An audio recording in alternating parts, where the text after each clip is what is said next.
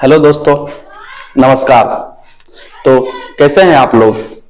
उम्मीद है कि आप बहुत अच्छे होंगे और आपकी पढ़ाई भी बहुत अच्छे तरीके से चल रही होगी। दोस्तों, पिछले सेशन में हम लोगों ने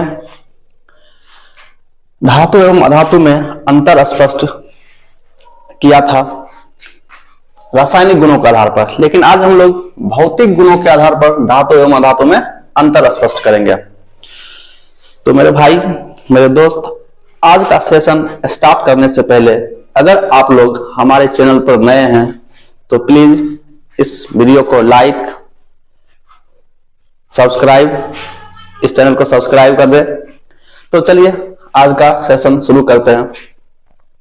धातु एवं अधातु में अंतर भौतिक गुणों के आधार पर। तो आइए देखते हैं। धातुएं उष्मा तथा विद्युत के सुचालक होते हैं। धातुएं उष्मा तथा विद्युत के सुचालक होते हैं, लेकिन यहीं पर अपवाद में विषमत, जिसका एटॉमिक नंबर 83 है, विद्युत के कुचालक होते हैं। इसके जस्ट विपरीत अधातुएं प्रायः विद्युत के कुचालक होते हैं और इसका अपवाद ग्रेफाइट तथा कार्बन गैस। दोस्तों, सुचालक, अब आपके मन में चल रहा होगा सुचालक और ये कुचालक क्या होता है। तो आइए हम सबसे पहले जानते हैं सुचालक और कुचालक क्या होता है। वे सभी पदार्थ जिनमें धारा प्रवाहित होती है, मतलब करंट आता है, सुचालक पदार्थ कहलाते हैं।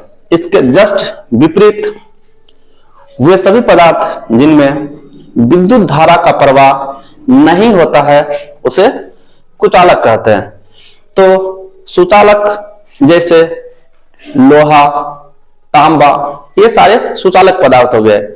और बाकी कुचालक पदार्थ वैसे पदार्थ जिसमें करंट वगैरह नहीं आता, जैसे कुछ भी ले सकते हैं, दीवार, खिड़की, दरवाजा, ये सारे कुचालक पदार्थ हो गए।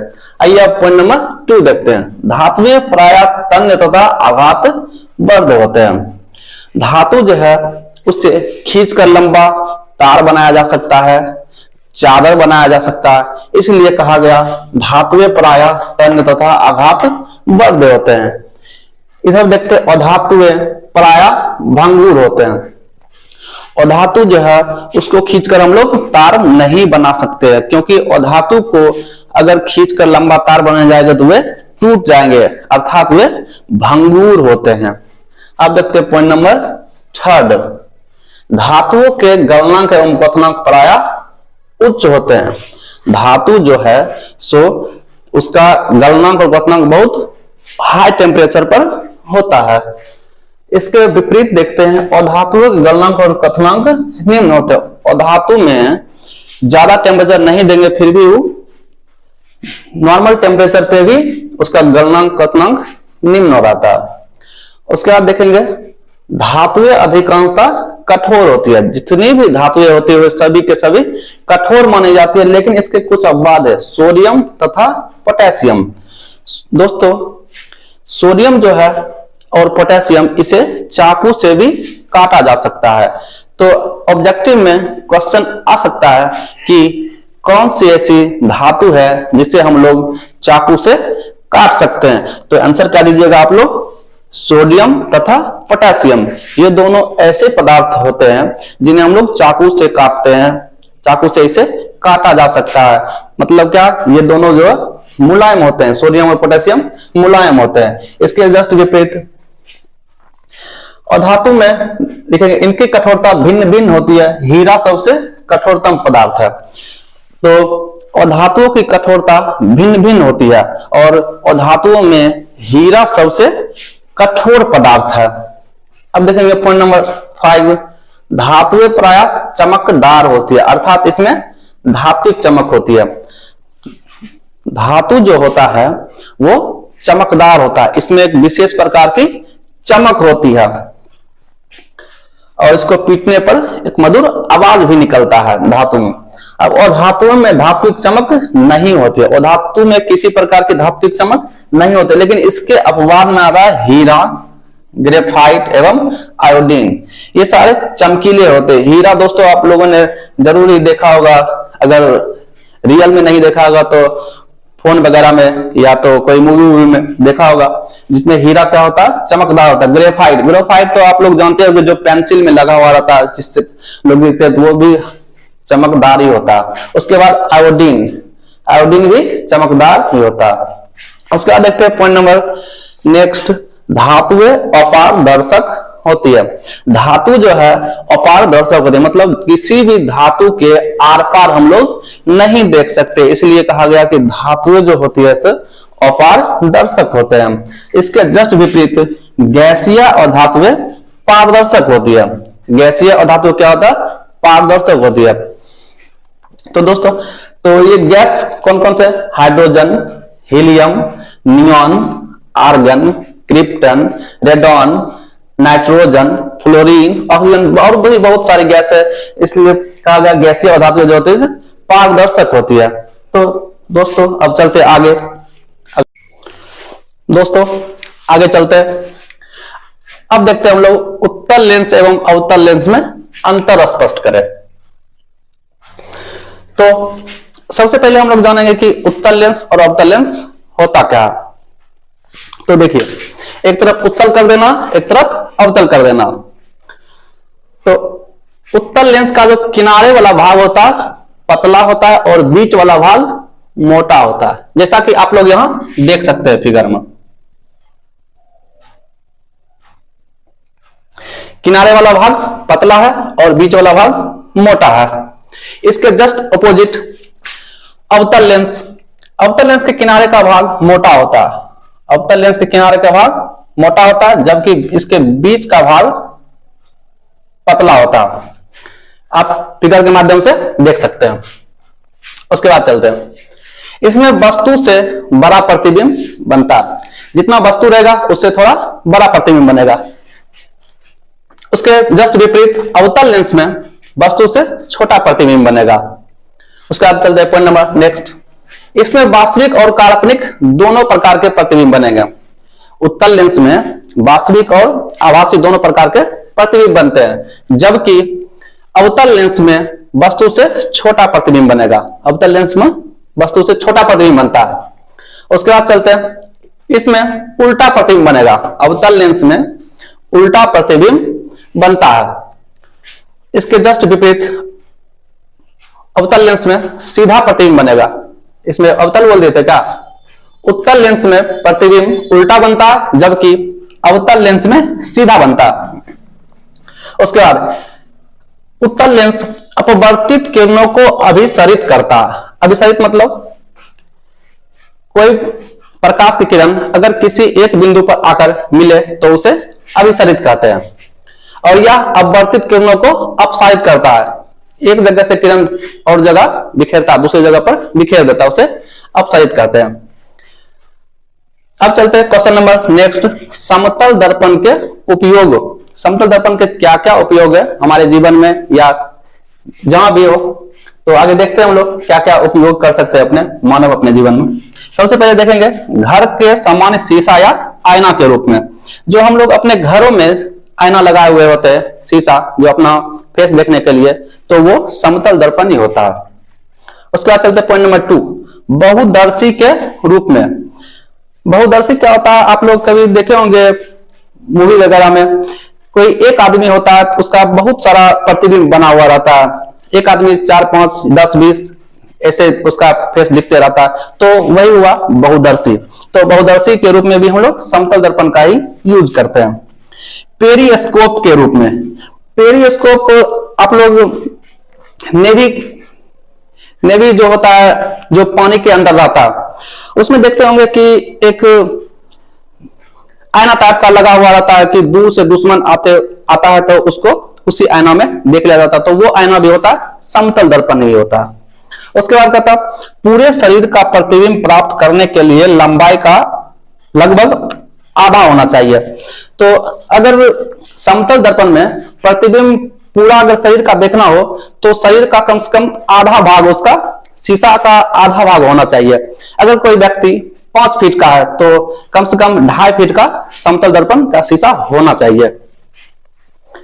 अब चलते हैं हम लोग क्वेश्चन नंबर नेक्स्ट, उत्तल दर्पण के उपयोग। तो अब देखेंगे हम लोग उत्तल दर्पण के क्या क्या उपयोग हैं दोस्तों। तो देखते हैं सबसे पहले साइड और बैक मिरर के रूप में। आप लोगों ने देखा होगा कि गाड़ी के जो साइड मिरर में लगा हुआ शीशा होता है वो उत्तल दर्पण का ही होता है।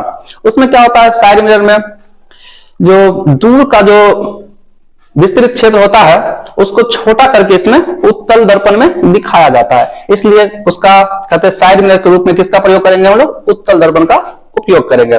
दूसरा, सड़कों पर लगे परावर्तक लैंप के रूप में। आप लोग देखे होंगे कि कहीं कहीं लगा हुआ होता है सड़क पर किसी पोल वगैरह में, तो वो रहता है उत्तल दर्पण ही। उसके बाद मॉल में ग्राहकों पर नजर रखने के लिए आप लोग बड़े बड़े मॉल में देखते होंगे कि कोई एक शीशा टाइप का लगा हुआ रहता है वो दर्पण, तो वो भी उत्तल दर्पण ही होता है। उसके बाद देखते बैंक एटीएम के सुरक्षा दर्पण के रूप में। आप लोग बैंक गए होंगे पैसा वगैरह निकालने के लिए, तो अब जहां पर एटीएम कार्ड डाला जाता है तो उसके पास एक शीशा टाइप का लगा हुआ रहता है। बहुत लोग समझता है कि वो कैमरा है, वास्तव में वो कैमरा नहीं, वो आप पैसा कलेक्ट कर रहे हैं तो वो पीछे देखने के लिए है कि कोई आदमी क्या कर रहा है, उसका क्या एक्टिविटी है। तो उसके लिए हम लोग एटीएम का क्या कहते हैं, बैंक एटीएम के सुरक्षा के रूप में उत्तल दर्पण का यूज किया जाता है। एटीएम का पूरा नाम होता है ऑटोमेटिक टेलर मशीन।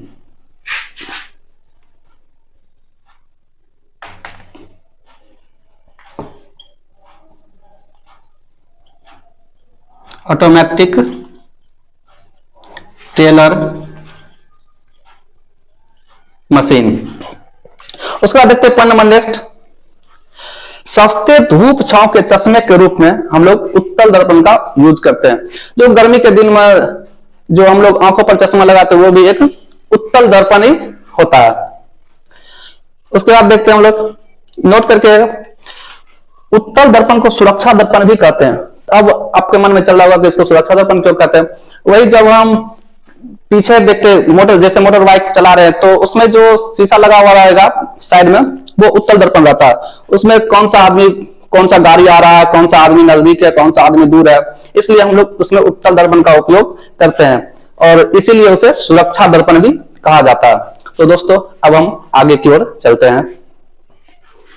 दोस्तों अब हम आगे चलते हैं और देखते हैं अवतल दर्पण के उपयोग। हमने समतल देख लिया, उत्तल देख लिया और अब चलते हैं अवतल की ओर। तो अवतल दर्पण के निम्न उपयोग है। अब देखेंगे एक एक करके कि अवतल दर्पण के क्या क्या उपयोग है। गाड़ी के हेडलाइट में आप लोग देखेंगे कि गाड़ी के बीच में जो लाइट लगा हुआ है हेड में, हेड मतलब होता है उसके सीध में, तो वही हो गया उसके हेडलाइट। तो गाड़ी के हेडलाइट के रूप में अवतल दर्पण का उपयोग है। उसके बाद फ्लैश लाइट या टॉर्च के रूप में आप लोगों ने देखा होगा कि टॉर्च में जो लेंस लगा हुआ रहता, दर्पण लगा हुआ रहता, वो होता उत्तल दर्पण। टॉर्च में जो दर्पण होगा वो कौन सा दर्पण होगा, उत्तल दर्पण होगा।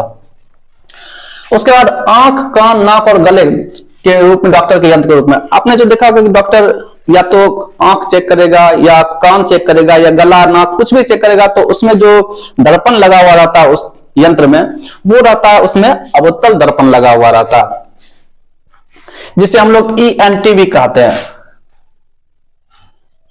ENT यंत्र, डॉक्टर का जो यंत्र होता है उसे ENT यंत्र कहते हैं। इसी से डॉक्टर लोग जो होते हैं चेक करते हैं। आगे देखते हैं हम लोग बड़ी सर्च लाइट में। बड़ी सर्च लाइट क्या होता है कि आप लोगों ने देखा होगा कि जेल में जब देखेंगे कैदी भाग रहा होता है तो उस पर सीधा जो बड़ा बड़ा लाइट जलाया जाता है वो हुआ बड़ी सर्च लाइट। या तो बहुत इंडस्ट्री में लगा हुआ रहता है वो जो बड़ा बड़ा लाइट लगा होता है उसे हम लोग सर्च लाइट कहते हैं। आगे देखते हैं हम लोग सौर भट्टी या सोलर कुकर में। सोलर कुकर तो आप लोग जानते ही होंगे, उसमें भी कौन सा दर्पण लगा रहेगा, तो अवतल दर्पण लगा रहता है। दाढ़ी बनाने वाले सैलून में आप लोगों ने देखा होगा कि आप लोग तो बाल कटाते ही होंगे, तो सैलून में जो दर्पण लगा हुआ होता है उसमें कौन सा रहेगा, अवतल दर्पण लगा हुआ रहता है। तो दाढ़ी वाले सैलून में कौन सा दर्पण, अवतल दर्पण होता है। उसके बाद मेकअप और साज सज्जा के रूप में, तो मेकअप तो हम लड़का लोग करते नहीं है, तो ये सारे मेकअप वाला जो बात होगा लड़की के, तो कौन सा यूज करेंगे, साज सज्जा के रूप में लड़कियों के तो कौन करता है? साज सज्जा के रूप में, मेकअप के रूप में कौन सा दर्पण? अवतल दर्पण। उसके बाद माइक्रोस्कोप, आपने देखा हो कि माइक्रोस्कोप, और इसमें एक और ऐड होगा विजुअल बम डिटेक्टर। तो सबसे पहले माइक्रोस्कोप की बात करते हैं, तो माइक्रोस्कोप में भी कौन सा दर्पण लगा हुआ रहेगा? अवतल दर्पण। और एक है विजुअल बम डिटेक्टर। आप लोग देखे होंगे कि मूवी वगैरह में कि एक लंबा सा रहता है जिसमें स्टिक टाइप का रहेगा और उसमें दर्पण लगा रहता, अवतल दर्पण लगा, जिससे कि बम डिटेक्टर का पता चलता कहां पर बम रखा हुआ, उससे पता कर लेता है वो। आगे देखते हैं हम लोग।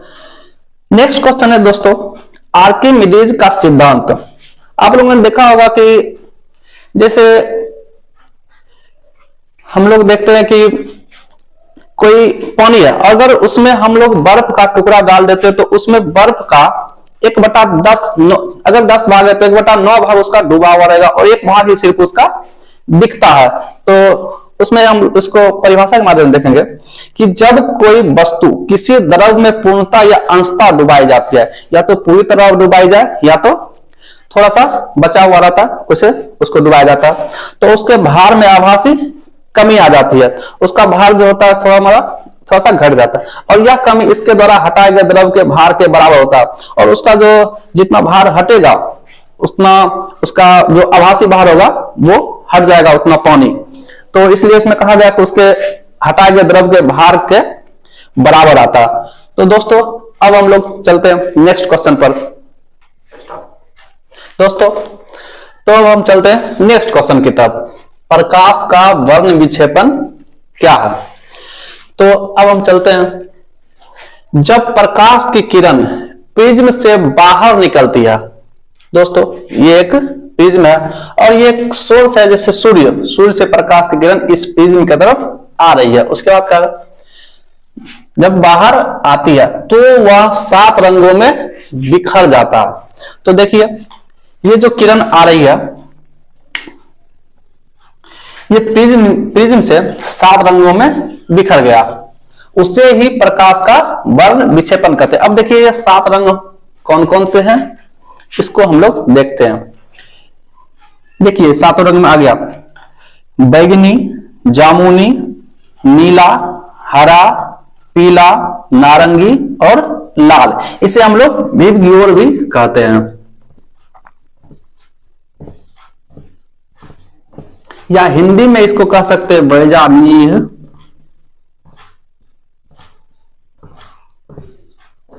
पिनाला। तो अब देखते हैं, भी का मतलब बैगनी, आई से जामुनी इंडिगो, बी से ब्लू नीला, उसके बाद जी से हरा, वाई से पीला रंग, ओ से नारंगी रंग ऑरेंज कलर, आर से रेड कलर। तो अब हम लोग जानते हैं कि लाल रंग का तरंगदैर्घ्य सबसे अधिक होता है, जबकि बैगनी रंग का तरंगदैर्घ्य सबसे कम होता। ये ज्यादा अगर तीर ऊपर की तरफ हो तो ज्यादा, और तीर अगर नीचे की तरफ हो तो कम को दिखाया जाता है। तो दोस्तों उम्मीद है कि जितना भी आज क्लास में हुआ सब कुछ समझ में आया होगा। अगर आप हमारे चैनल पर नए हैं तो प्लीज इस वीडियो को लाइक और चैनल को सब्सक्राइब जरूर करें और कमेंट बॉक्स में कमेंट जरूर करें। तो आज के लिए बस इतना ही, मिलते हैं अब नेक्स्ट सेशन में। धन्यवाद।